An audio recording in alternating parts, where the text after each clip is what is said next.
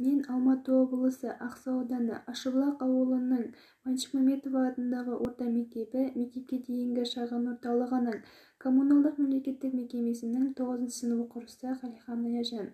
Мен Мағжан Жұмабаевтың 13 тақпан жаттадым, соның бірі қазағым.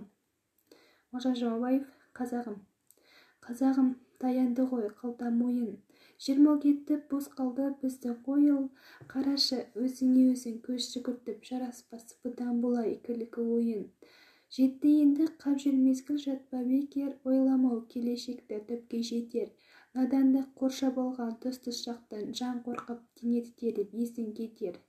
Дасталық болыстыққа таласуды, таласып жаман көзбен қарасуды, мың-мыңнан төгілуі жетер енді, ізделік аққан бұлақ қарасуды. Бар жерді күннен күнге алып жатыр, хахолдар алып қала салып жатыр, қараласып өз-өзімен қазақ сорлы шерінен аузын ашып қалып жатыр. Кел қазақ қолдағыдан құр қалмайық, отырайық жиылып оңдалайық. Мың жылғы өткен қуам деп ата заңды өнерден кеш қалармыз ойланайық.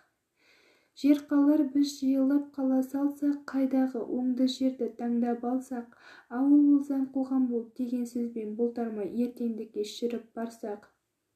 Сол шақта көпті көріп көлде болар, көлде толқын айдаушы желде болар. Мектеп медреселер көп салынып, ағайын тату тәтті елде болар. Жиылмай өнерге аяқ басалмаспыз, нық сіңген надандықтан қаша алмаспыз. Заман түлкі болғанда тазы болмай, биік қырдан алдағы аса алмаспыз.